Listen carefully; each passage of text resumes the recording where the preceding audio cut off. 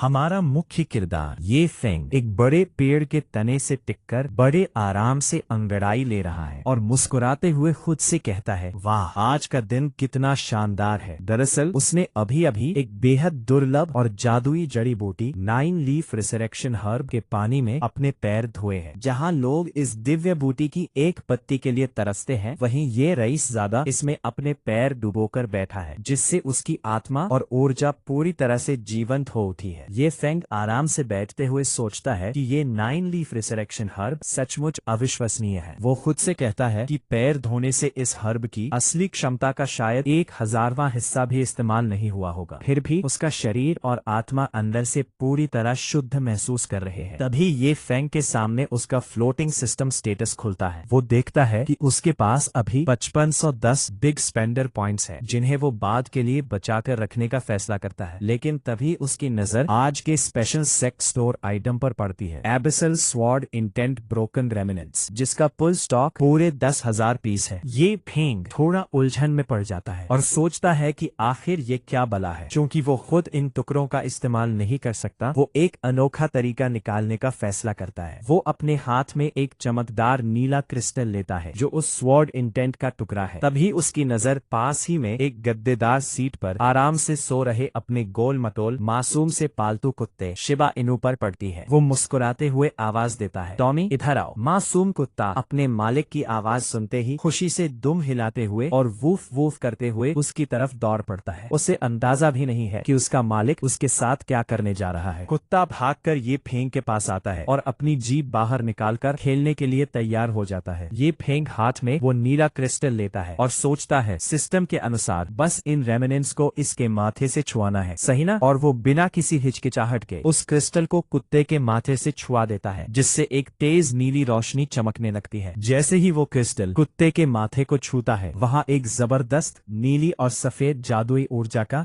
विस्फोट होता है। रोशनी इतनी तेज होती है कि पूरा इलाका चौंधिया जाता है और कुत्ता उस ऊर्जा के बीचों बीच हैरान खड़ा रह जाता है। रोशनी के भीतर कुत्ते के दिमाग में एक पूरा आध्यात्मिक संसार खुल जाता है। उसके सामने आसमान में तैरती हुई परछाइयां दिखाई देती हैं, जो प्राचीन और शक्तिशाली तलवारबाजी के मूव्स, स्वॉर्ड टेक्निक्स का प्रदर्शन कर रही है। वो छोटा सा कुत्ता हैरान आंखों से इस असीम ज्ञान को अपने भीतर समाते हुए देखता है। विस्फोट शांत होने के बाद ये फेंग उस कुत्ते को उसकी गर्दन की खान से हवा में उठाता है। कुत्ता अभी भी वैसा ही मासूम दिख रहा है। ये फेंग चिढ़कर कहता है, टॉमी तुम मजाक कर रहे हो क्या? उसे लगता है कि इस एबिसल स्वॉर्ड इंटेंट के टुकड़ों को इस्तेमाल करने के बाद भी कुत्ते में कोई बाहरी बदलाव नहीं आया है। ये फेंग खुद से बातें करते हुए सिस्टम से पूछता है कि अगर वो इन बिग स्पेंडर आइटम्स को फालतू तरीके से बर्बाद ना करे, तो क्या वो उन्हें खुद सीधे इस्तेमाल कर सकता है। वो सोचता है कि भले ही ये सुनने में अजीब लगे, लेकिन फैंटेसी नॉवेल्स पढ़ने के अनुभव से वो जानता है कि ये एबिसन स्वॉर्ड इंटेंट निश्चित रूप से एक बेहद दुर्लभ और अमूल्य चीज है। तभी सिस्टम की तरफ से एक कड़क चेतावनी गूंजती है, डिंग। अगर होस्ट ऐसा करता है तो उसके बिग स्पेंडर पॉइंट्स में से एक बहुत बड़ी राशि काट ली जाएगी। ये सुनकर ये फेंग के होश उड़ जाते हैं। बाप रे, बहुत बड़ी राशि! वह समझ जाता है कि वह इसे खुद इस्तेमाल नहीं कर सकता। वह यह भी सोचता है कि वह इसे किसी दूसरे इंसान को भी नहीं दे सकता, क्योंकि अगर उन्होंने इसे चुपके से छुपा लिया तो बाद में बड़ी मुसीबत खड़ी हो जाएगी। सीन बदलता है और हम स्टार स्पिरिट सेक्ट की खूबसूरत मास्टर क्यान शुए को देखते हैं। उसके सामने एक बूढ़े और रोबीले शख्स खड़े हैं, जो उसके पिता और मुख्य सेक्ट के मास्टर हैं। उनके पिता कहते हैं, चलो मेरे साथ अंदर आओ। कमरे के भीतर पिता अपनी बेटी क्यानशुए से पूछते हैं, क्यानशुए क्या तुमने उन 2 बच्चों को ट्रेनिंग के लिए हेवनली दाओ बैटलफील्ड भेजने के बारे में सोचा है? क्यानशुए किस रहस्यमयी जगह का नाम सुनकर चौंक जाती है। हेवनली दाओ बैटलफील्ड पासवर्ड। क्यानशुए अपनी बाहें सिकोड़कर गंभीर चेहरे के साथ कहती है, ये सच है कि मैं अब उन्हें ज्यादा गाइड नहीं कर सकती। मुझे ये फेंग की कोई चिंता नहीं है, लेकिन लेंग वुफेंग को लेकर मुझे डर है कि उसके साथ वहाँ कोई दुर्घटना न हो जाए। पिता सुझाव देते हैं कि वे उनकी सुरक्षा के लिए कुछ इनर डिसिप्लिन को भी साथ भेजेंगे, लेकिन वे हैरान होकर पूछते हैं, पर तुम ये फेंग को लेकर इतनी आश्वस्त क्यों हो? भले ही उसके पास ऐसे खजाने हैं जिन पर बड़े बड़े कल्टीवेटर्स की लार टपकती है, लेकिन आखिरकार वह है तो एक साधारण इंसान ही ना। उस बैटलफील्ड में कोई भी मामूली कल्टीवेटर या राक्षस उसे चुटकी में मार सकता है। कियानजू तुरंत अपने पिता की बात काटती है और कहती है, पिताजी भले ही ये फेंग के पास स्पिरिचुअल रूट्स ना हो, लेकिन वो कोई आम इंसान नहीं है। अपनी ताकत के दम पर वो वहाँ अपनी रक्षा आराम से कर सकता है। पिता गुस्से में चिल्लाते हैं, असंभव, बिना रूट्स के वो सिर्फ एक मरणशील इंसान है, उसकी तरफदारी मत करो। कियानजू आगे का सच बताती है, जिसे सुनकर पिता के पैरों तले जमीन खिसक जाती है। वो कहती है उसने बिना रूट्स के न केवल क्यू गैदरिंग रियाल्म की 9वीं परत का शिखर हासिल किया है, बल्कि जो स्पिरिचुअल सी उसने विकसित किया है वो मेरे स्पिरिचुअल सी से भी 20 गुना से ज्यादा बड़ा है। पिता गुस्से और हैरानी में चिल्लाते हैं, ये और भी असंभव है। जब तुमने अपना स्पिरिचुअल सी बनाया था तो तुमने पूरे स्टार पीक सेक्ट का रिकॉर्ड तोड़ दिया था और हमारे ग्रैंड एंसेस्टर तक को चौंका दिया था। एक साधारण इंसान तुमसे 20 गुना बड़ा स्पिरिचुअल सी कैसे बना सकता है? ये सिर्फ एक बकवास कल्पना है। तभी अचानक सेक्ट के बाहर जंगल से एक बेहद भयानक और विशाल आग जैसी पीली ऊर्जा का खौफनाक ब्लास्ट सीधे आसमान की तरफ निकलता है, मानो धरती फट गई हो और कोई प्राचीन देवता जाग गया हो। इस भयानक ऊर्जा को महसूस करते ही कियानजू, उसके पिता और सेक्ट के 2 महान एल्डर्स, एल्डर बाई और एल्डर शिया के चेहरों का रंग उड़ जाता है। उनके माथे पर पसीना आ जाता है और वे डर के मारे उस दिशा में दौड़ पड़ते हैं। पृष्ठभूमि में एक डरावना माहौल बनता है, मानो नर्क का रास्ता खुल गया हो और आत्माएं पुन पार कर रही हो। तलवार अभी म्यान से बाहर भी नहीं निकली, फिर भी उसकी दहशत हर तरफ फैल चुकी है। कियानजू और एल्डर्स उस जगह पहुंचते हैं। कियानजू हाफते हुए पूछती है, क्या यही वो जगह है? एल्डर बाई, एल्डर शिया, आप दोनों यहाँ हैं, पर लेंग वुफेंग कहाँ है? एल्डर बाई डर से कांपते हुए जवाब देते हैं, वह तो डर कर भाग गया। यहाँ की स्वॉर्ड इंटेंट इतनी खौफनाक है कि वो फेंग इसे बर्दाश्त नहीं कर सका, इसलिए यहाँ सिर्फ हम दोनों बचे हैं। पिता सेक्ट मास्टर आगे बढ़ते हुए कहते हैं, एल्डर बाई, एल्डर शिया, मैं आगे चलता हूँ, मेरी रक्षा करना। वे बेहद सतर्क होकर झाड़ियों के पार देखते हैं। कियानजू चारों तरफ देखती है और कहती है, यहाँ किसी और के होने के कोई निशान नहीं है, जरूर ये फेंग ने फिर से कोई नई खुराफात की होगी। तभी कियानजू की नजर सामने पड़ती है और वो हैरान होकर अपनी उंगली से इशारा करती है, अरे वो रहा ये फेंग। पिता और एल्डर्स भी उस तरफ देखते हैं और उनके मुंह खुले के खुले रह जाते हैं। सामने का नजारा बेहद फनी और हैरान करने वाला है। ये फेंग बड़े मजे से हवा में एक लाल रंग की फ्लाइंग डिस्क फ्रिस्बी फेंकता है और चिल्लाता है, जाओ टॉमी, ले आओ। कुत्ता खुशी से वूफ वूफ करते हुए हवा में छलांग लगाता है, लेकिन सबसे हैरान करने वाली बात यह है कि उस कुत्ते के पूरे शरीर से वही विनाशकारी और खौफनाक एबिसल स्वॉर्ड इंटेंट की पीली रोशनी निकल रही है। एल्डर्स अपनी आंखें मलते हुए कहते हैं, अगर मैंने इसे अपनी आंखों से न देखा होता तो मैं कभी विश्वास नहीं करता। ये अविश्वसनीय रूप से शक्तिशाली और कठिन एबिसल स्वॉर्ड इंटेंट किसी इंसान से नहीं बल्कि इस मामूली कुत्ते के शरीर से निकल रही है। क्या एक कुत्ता स्वॉर्ड इंटेंट को समझ सकता है? कियानजू गुस्से और हताशा में अपना हाथ अपनी कमर पर रखती है और सीधे ये फेंग के पास जाकर पूछती है, ओए ये फेंग, क्या इस कुत्ते ने सच में स्वॉर्ड इंटेंट को मास्टर कर लिया है? ये फेंग बड़े आराम से अपना सिर खुजलाते हुए और हाथ लहराते हुए कहता है, अरे कहा, ये तो बहुत बुद्धू है, ये भला क्या खाक कुछ समझेगा। मेरे पास बस कुछ फालतू abyssal sword intent broken remnants पड़े थे तो मैंने इसे यूं ही इस्तेमाल करने के लिए दे दिए। ये सुनते ही मास्टर, पिता और दोनों एल्डर्स पर मानो बिजली गिर पड़ती है। वे सब एक साथ चिल्लाते हैं, क्या? Abyssal sword intent broken remnants. कियानजू अपना चेहरा अपने हाथ से छुपा लेती है क्योंकि उसे अपने इस चेले की बेवकूफी पर रोना आ रहा था। ये फेंग चारों तरफ देखता है और मन ही मन सोचता है, मास्टर और एल्डर शिया मुझे ऐसी नजरों से क्यों देख रहे हैं, मानो मुझसे गहरी दुश्मनी हो। कियानजू अपने सिर पर हाथ रखकर गहरी सांस लेती है और कहती है, एबिसल स्वॉर्ड का टूटा हुआ टुकड़ा स्वॉर्ड इंटेंट का एक बेहद शक्तिशाली रूप है। उस हेवनली डाउ बैटलफील्ड में भी इस आना कोई आसान काम नहीं है। ये पूरी तरह से इंसान की किस्मत पर निर्भर करता है। कियानजू का गुस्सा 7वें आसमान पर पहुंच जाता है। वो एक कार्टून वाले गुस्से वाले चेहरे के साथ चिल्लाती है, और तुमने इन अनमोल रेमिनेंट्स को एक कुत्ते पर बर्बाद कर दिया। अगर तुम उड़ाऊ हो तब भी बर्बाद करने की कोई सीमा होती है। और वो जोर से ये फेंग के सिर पर मारती है। बोंक। ये फेंग दर्द से चिल्लाता है, मम्मी रे, बात है। अपने सिर पर आए बड़े से सूजन के गोले को सहलाते हुए ये फेंग मासूमियत से पूछता है, ये हेवनली डॉ बैटलफील्ड क्या चीज है? कियानजू थोड़ा शांत होकर कहती है, तुम्हें बताने में कोई हर्ज नहीं है, मैं तुम्हें ट्रेनिंग के लिए वहीं भेजने की योजना बना रही थी। और कियानजू समझाती है कि हमारा श्वांतियन महाद्वीप, श्वांतियन कॉन्टिनेंट, अनगिनत निचले लोकों, लोअर रेल्म्स में से सिर्फ एक है। सभी निचले लोकों के लोग अपनी ताकत के अनुसार हेवनली डॉ बैटलफील्ड के अलग अलग क्षेत्रों में प्रवेश करते हैं। वो कल्टीवेशन के स्तर बताती है, एक क्यू गैदरिंग रियल, एक स्पिरिचुअल सी रियल, एक फाउंडेशन एस्टेब्लिशमेंट रियल, एक स्पिरिट फ्यूजन रियल, एक अमेथिस्ट पैलेस रियल, एक सोल फॉर्मेशन रियल, एक प्राइमोर्डियल सोल रियल, एक वॉइड रियल, एक ट्रांसेंडिंग ट्रिब्यूलेशन रियल। वो बताती है कि कोई नहीं जानता कि ये बैटलफील्ड किसने बनाया, पर ये खजानों और विरासतों से भरा पड़ा है। कियान जू आगे चेतावनी देती है कि खजानों के साथ साथ वहाँ दूसरे लोगों के क्रूर शिकारी और वहाँ के बेहद खूंखार स्थानीय जानवर लोकल बीस्ट्स भी रहते हैं। वहाँ की गई एक छोटी सी गलती भी सीधे मौत के मुंह में ले जा सकती है। तभी अचानक ये फेंग के दिमाग में सिस्टम की घंटी बजती है। रैंडम मिशन एक्टिवेट हो गया है। होस्ट को हेवनली दाव बैटलफील्ड की दूसरी परत पर जाना होगा और पीक क्यू गैदरिंग रियल्म के 100 राक्षसों को हराना होगा। सफलता पर भारी मात्रा में बिग स्पेंडर पॉइंट्स मिलेंगे, विफलता पर पॉइंट्स काट लिए जाएंगे। ये फेंग सोचता है कि उसके पास ताकत तो है, पर लड़ने के लिए कोई मार्शल तकनीक नहीं है, तो वह 100 राक्षसों को कैसे मारेगा। इधर पिता सेक्ट मास्टर हैरान होकर ये फेंग से पूछते हैं, ये फेंग सच सच बताओ, तुमने इस कुत्ते पर कुल कितने टुकड़े इस्तेमाल किए हैं? इस कुत्ते के भीतर की स्वॉर्ड इंटेंट इतनी मजबूत हो चुकी है कि ये किसी भी समय स्वॉर्ड हार्ट रियल में कदम रख सकता है। पिता आगे कहते हैं, हमारे स्टार पीक सेक्ट के ग्रैंड एंसेस्टर ने सैकड़ों साल तक कठिन कल्टीवेशन किया, तब कहीं जाकर वे स्वॉर्ड हार्ट रियल तक पहुंच पाए, और यहाँ इस कुत्ते की एबिसल स्वॉर्ड हार्ट की ताकत उनके सामने कहीं ज्यादा खतरनाक लग रही है। ये फेंग एक बार फिर अपनी आंखें बंद करके बेहद मासूमियत और बड़ी सी मुस्कान के साथ चमकते हुए कहता है, अरे कहा ना ज्यादा नहीं है, बस यही कोई 10,000 टुकड़े थे। मैंने बिना किसी हिचकिचाहट के सारे इस पर इस्तेमाल कर दिए। यह सुनते ही वहाँ का पूरा माहौल अचानक डरावना और काला हो जाता है। कियान जू, उसके पिता और एल्डर्स के चेहरों पर गहरी नफरत और काली परछाइयां आ जाती है, मानो वे गुस्से के मारे पागल होने वाले हैं। वे सब गुस्से में कांपते हुए चिल्लाते हैं, पूरे 10,000, जिसे पाने के लिए दुनिया का हर कल्टीवेटर अपनी जान दांव पर लगा देता है। तुमने वो सब एक मामूली कुत्ते को दे दिया, कितनी बड़ी बर्बादी है, तुम पूरी तरह से पागल हो। ये फेंग हाथ जोड़कर माफी मांगते हुए कहता है, इस बार के लिए मुझे माफ कर दीजिए, अगली बार मैं और ध्यान रखूंगा। मन ही मन वह सोचता है कि अच्छा हुआ उसने इन लोगों से मदद नहीं मांगी, वरना ये लोग खजाने के चक्कर में सचमुच कोई बड़ा बखेड़ा खड़ा कर देते। कियान जू गुस्से में अपने सिर को पकड़कर अपने पिता से कहती है, पिताजी प्लीज इसे यहाँ से जल्दी दूर ले जाइए, वरना मुझे डर है कि मैं अपने गुस्से पर काबू नहीं रख पाऊंगी और इस महा उड़ाऊ चेले को यही थप्पड़ मार मार कर जान से मार डालूंगी। पिता तुरंत ये फेंग को पकड़ते हैं और अपनी उड़ने वाली बड़ी तलवार पर बिठाकर हवा में उड़ जाते हैं। वे कहते हैं, ट्रेनिंग खत्म होते ही मैं इसे वापस भेज दूंगा, वरना मुझे भी डर है कि मैं खुद को इसे पीटने से रोक नहीं पाऊंगा। हवा में उड़ते हुए ये फेंग पूछता है, मास्टर हम कहाँ जा रहे हैं? मास्टर पिता उड़ते हुए जवाब देते हैं, ये स्टार स्पिरिट सेक्ट तो मैंने कियान जू के मन की शांति और कल्टीवेशन के लिए बनवाया था। तुम्हारा असली और मुख्य सेक्ट स्टार पीक सेक्ट है। मास्टर कहते हैं, हम अभी स्टार पीक सेक्ट जा रहे हैं, जब सही समय आएगा तुम वहाँ के अपने दूसरे सीनियर भाइयों के साथ हेवनली दाओ बैटलफील्ड के लिए रवाना होगे, साथ में कुछ साथी होना अच्छा रहेगा। ये फेंग हैरान होकर कहता है, अरे मेरे सीनियर भाई भी हैं? अब ये फेंग अपने मास्टर का दिमाग चाटना शुरू करता है और लगातार सवाल दागता है, मास्टर क्या हमारा स्टार पीक सेक्ट मजबूत है? मास्टर आपका खुद का रियल्म कौन सा है? क्या हमारे सेक्ट के पास सवारी करने के लिए कोई सुविधाजनक जादुई जानवर भी नहीं है जो हम इस तलवार पर लटके हैं? वह बिना रुके आगे पूछता जाता है, मास्टर क्या हमारा सेक्ट बहुत गरीब है? क्या आपको मेरी तरफ से कुछ आर्थिक सपोर्ट की जरूरत है? मास्टर क्या मेरे सीनियर भाई बहन वहाँ स्टार पीक सेक्ट में भूखों मर रहे हैं? मास्टर क्या मुझे उन्हें कुछ स्पिरिट स्टोन्स दान में देने की जरूरत है? वह लगातार मास्टर मास्टर मास्टर किए जा रहा है। मास्टर के सिर का दर्द बढ़ जाता है और वे गुस्से में पीछे मुड़कर चिल्लाते हैं, बहुत हुआ, अब अपना मुंह बंद रखो। हमारा सेक्ट बहुत अमीर और समृद्ध है। रात होने पर वे एक शहर की सराय में रुकते हैं। मास्टर काउंटर पर कहते हैं, हमें 2 सिंगल रूम चाहिए। ये फेंग तुरंत अपना कार्ड या पैसे आगे बढ़ाते हुए चमक कर कहता है, मास्टर बिल मैं चुकाऊंगा। मास्टर गुस्से में उसका मुंह दबाते हैं, चुप रहो। रात को अपने कमरे में बिस्तर पर लेटकर ये फेंग आराम से अंगड़ाई लेता है। वो सोचता है कि ये बिग स्पेंडर पॉइंट्स कमाना कितना मुश्किल काम है। वो सोचता है कि पता नहीं कल सुबह सिस्टम उसे कौन सी नई चीज बर्बाद करने के लिए देगा। अगली सुबह होती है, आसमान साफ है और खिड़की से सुनहरी धूप कमरे में आ रही है। ये फेंग बिस्तर पर उठकर बैठता है और कहता है, वाह आज रात में बहुत आरामदायक तरीके से सोया। वो अपना सिस्टम स्टेटस बार खोलता है, नाम ये Feng, real qi gathering real, 9वीं परत का शिखर, बिग स्पेंडर पॉइंट 3500। तभी वो देखता है कि आज का बिग स्पेंडिंग आइटम है 1000 हाई ग्रेड स्पिरिट स्टोन्स। वो राहत की सांस लेता है और मुस्कुराता है कि चलो इस बार सिर्फ 1,01,000 सामान्य पत्थरों के बराबर मूल्य है, तो इसे ठिकाने लगाना ज्यादा मुश्किल नहीं होगा। वह तुरंत एक प्लान बनाता है और सिस्टम से कहता है, सिस्टम मार्शल टेक्निक के डिब्बे खरीदना शुरू करो, खासकर वो जिनमें ह्यूमन रैंक हाई टियर तकनीकें हो। जब तक मुझे वो न मिल जाए डिब्बे खोलते रहो। वह सोचता है कि इन डिब्बों में से अच्छी तकनीक निकलने की संभावना लगभग 80 से 90% होती है। तभी सिस्टम की घंटी बजती है। डिंग, 100 बिग स्पेंडर पॉइंट्स खर्च हो चुके हैं। बधाई हो, होस्ट को human rank high tier martial तकनीक फायर ड्रैगन फिस्ट मिल चुकी है। लोडिंग, ये फेंग खुशी से उछल पड़ता है। वाह, सिर्फ 100 पॉइंट्स में ही मुझे ये मिल गई, मैं कितना भाग्यशाली हूँ। लेकिन जैसे ही वह तकनीक का विवरण पढ़ता है उसके चेहरे का रंग उड़ जाता है। रुको, फायर ड्रैगन फिस्ट विवरण में लिखा है इसे चलाने के लिए आग के तत्व फायर एट्रीब्यूट स्पिरिचुअल ची की आवश्यकता है। ये फेंग गुस्से में चिल्लाता है, लेकिन मेरे पास तो आग के तत्व वाली स्पिरिचुअल रूट्स है ही नहीं, तो मैं आग की आध्यात्मिक ऊर्जा कहाँ से लाऊंगा। तभी सिस्टम स्क्रीन पर एक नया निर्देश आता है, कृपया अपनी आध्यात्मिक ऊर्जा स्पिरिचुअल ची के तत्व को बदलने का प्रयास करें। एक पल रुकिए। ये फेंग हैरान होकर शांत हो जाता है। वह अपने हाथों को देखता है। उसके एक हाथ में बर्फीली नीली ऊर्जा, दूसरे में बिजली की कड़कती रोशनी और सामने एक विशाल दहकती हुई आग का गोला फायर बॉल प्रकट हो जाता है। ये फेंग अपनी ताकत देखकर खुद हैरान रह जाता है। अरे वाह, ये तो अविश्वसनीय है। भले ही मेरे पास स्पिरिचुअल रूट्स नहीं है, फिर भी मैं अपने शरीर के भीतर की शुद्ध आध्यात्मिक ऊर्जा को आग, पानी, बिजली जैसे किसी भी तत्व में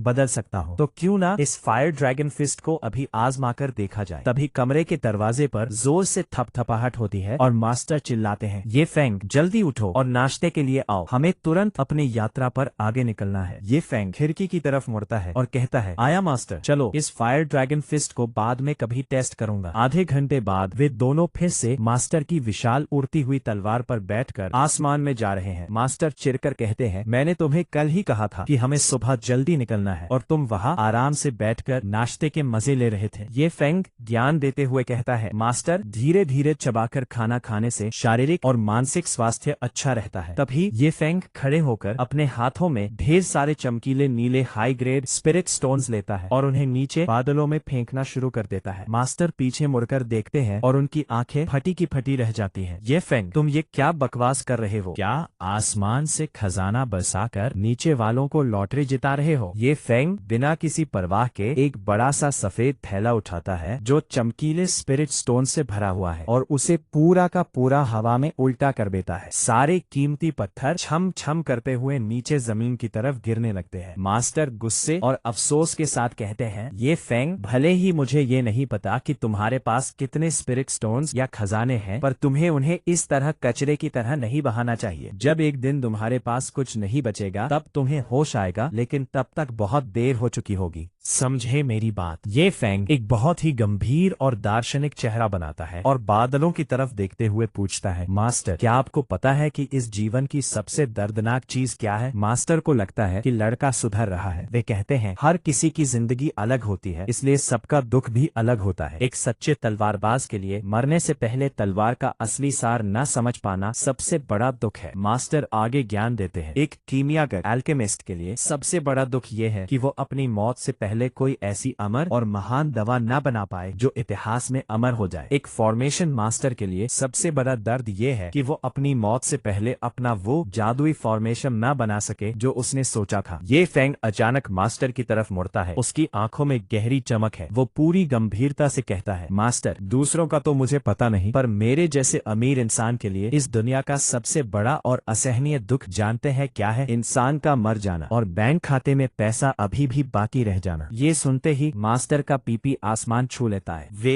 गुस्से में पागल होकर हवा में चिल्लाते हैं, ओए बर्बाद और उड़ाऊ कबाड़ इंसान। वे गुस्से में कहते हैं, मैं भी देखता हूँ कि तुम कब तक ऐसे चीजें नीचे फेंकते रहते हो। जबकि ये फेंग थैला झाड़ते हुए थके हुए लहजे में कहता है, चलो आखिरकार मैंने सारे पत्थर फेंक दिए, लगातार फेंकने से मेरे हाथ ही सुन्न हो गए हैं। तभी बादलों के पार से नीचे का नजारा दिखाई देता है। मास्टर गुस्से में हांफते हुए कहते हैं, यही हमारा असली स्टार पीक सेक्ट है। नीचे पहाड़ों के बीच सोने और हरे रंग के आलीशान विशाल चीनी महल दिखाई देते हैं जो बादलों को छू रहे हैं। स्टार स्पिरिट सेक्ट, इसके सामने एक छोटा सा तिनका भी नहीं था। ये भव्य नजारा देखकर ये फेंग की आंखें चमक उठती है और वो खुशी से झूम उठता है। वाह, हमारा पुराना सेक्ट तो इसके सामने एक छोटी सी मिट्टी की ढेरी जैसा था। इसके सामने तो उसका कोई मुकाबला ही नहीं है। यानी अब इस बड़े सेक्ट में पैसा उड़ाने का असली मजा आएगा। सीन शिफ्ट होता है एक नए संप्रदाय के बैकड्रॉप से, जहां बैकग्राउंड में एक नाम चमक रहा है, स्टीवर्ड सॉन्ग। माहौल एकदम शांत है, पर ये शांति तूफान से पहले की है। तभी सीन में एंट्री होती है एक रसूखदार मास्टर की। वो स्टीवर्ड सॉन्ग से कहता है कि ये बच्चा हमारा हीरो ये फेंग उसका पर्सनल डिसिप्लिन खास चेला है। मास्टर बताते हैं कि अगले कुछ दिनों में उनके बाकी सीनियर चेले हेवनली डाओ बैटलफील्ड के लिए रवाना होने वाले हैं। वो सीधे ये फेंग की तरफ मुड़कर सख्त हिदायत देते हैं, ये फेंग, इन कुछ दिनों में सीधे बच्चे बनकर रहना। हम ठीक 3 दिन बाद यहाँ से निकलेंगे। मास्टर के जाते ही हमारा हीरो ये फेंग अपने असली रूप में आता है। चेहरे पर एक बड़ी सी मक्खन लगाने वाली मुस्कान लिए वो हाथ जोड़ता है और कहता है, स्टीवर्ड सॉन्ग, मैं ये फेंग हूँ। अगले कुछ दिनों तक मैं आपको थोड़ी तकलीफ दूंगा। स्टीवर्ड सॉन्ग भी मुस्कुराते हुए बड़े आराम से कहते हैं, अरे इसमें तकलीफ कैसी, कोई बात नहीं। तभी अचानक पास के मैदान से एक जोरदार धमाके और कोलाहल की आवाज आती है। शोर ये फेंग का ध्यान तुरंत भटक जाता है। वो हैरान होकर पूछता है, स्टीवर्ड सॉन्ग, जरा देखिए तो सही, वहाँ क्या बवंडर चल रहा है। स्टीवर्ड सॉन्ग बड़ी सहजता से आसमान की तरफ देखते हुए ताली ठोकते हैं। ओह, आज तो संप्रदाय के आउटर और इनर चेलों के बीच आपस में दोस्त दोस्त हाथ करने स्पारिंग का दिन है। वो आगे कहते हैं, अगर तुम्हारा मन है तो तुम भी जाकर वहाँ बहती गंगा में हाथ धो सकते हो और मजा ले सकते हो। और यही से शुरू होता है असली खेल। जैसे ही हीरो जाने की सोचता है, हवा में एक जानी पहचानी आवाज गूंजती है, डिंग। System task alarm. एक रैंडम टास्क जारी किया गया है। होस्ट को इस प्रतियोगिता का चैंपियन बनना होगा और अपने ही रील के 100 विरोधियों को धूल चटानी होगी। अगर जीते तो मिलेंगे 500 बिग स्पेंडर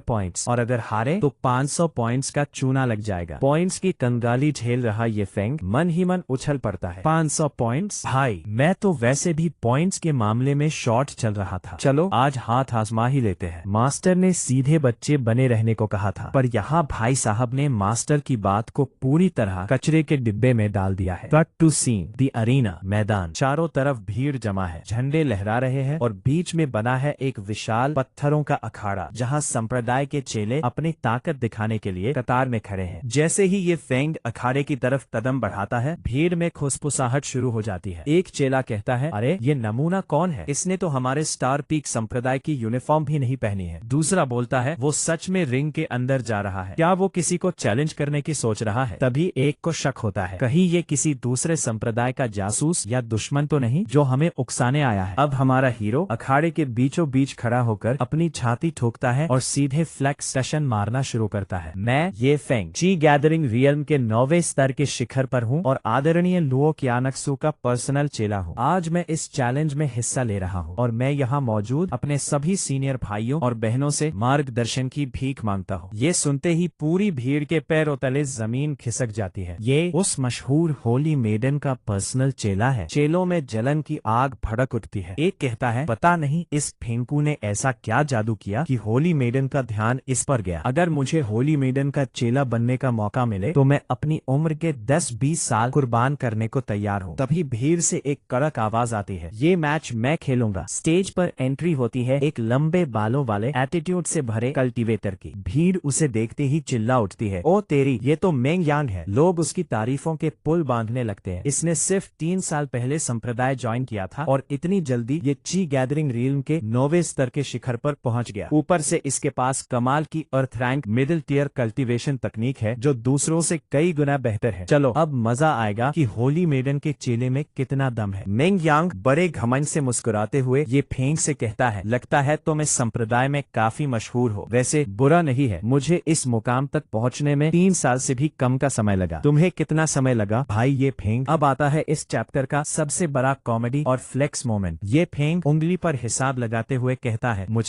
मुझे तो स्पिरिचुअल सी रियल्म के 9वें स्तर के शिखर को पार करने में मात्र 10 मिनट लगे थे और वहां से ची गैदरिंग रियल्म के 9वें स्तर के शिखर तक पहुंचने में मुझे बस 20 मिनट से थोड़ा सा ज्यादा समय लगा। कुल मिलाकर समझो आधा घंटा। मेंग यांग का चेहरा गुस्से और झल्लाहट से एकदम विकृत हो जाता है। वो चिल्लाता है, ये तू क्या बकवास बक रहा है साले। सन्नाटा सन्नाटा छा जाता है पूरे मैदान में। लोग हैरान परेशान होकर बस एक दूसरे का मुंह ताकते रह जाते हैं। तभी भीड़ में ठहाके गूंजने लगते हैं। एक चेला कहता है, ये तो सरासर पागलपन है। ये लड़का खुली आंखों से सपना देख रहा है। मेंग यांग को 3 साल लगे और इसे सिर्फ 30 मिनट। दूसरा मजाक उड़ाते हुए कहता है, भाई जब मेरा पेट खराब होता है ना तो मुझे केवल टॉयलेट ढूंढने में ही 30 मिनट लग जाते हैं और ये आधे घंटे में कल्टीवेटर बन गया। लोग ये फेंग को एक नंबर का अहंकारी और ढोंगी मानने लगते हैं। सब कहते हैं कि होली मेडन ने इस पर भरोसा करके बहुत बड़ी गलती की है। भीड़ की बकबक सुनकर ये फेंग अपनी गर्दन झटकता है और कहता है,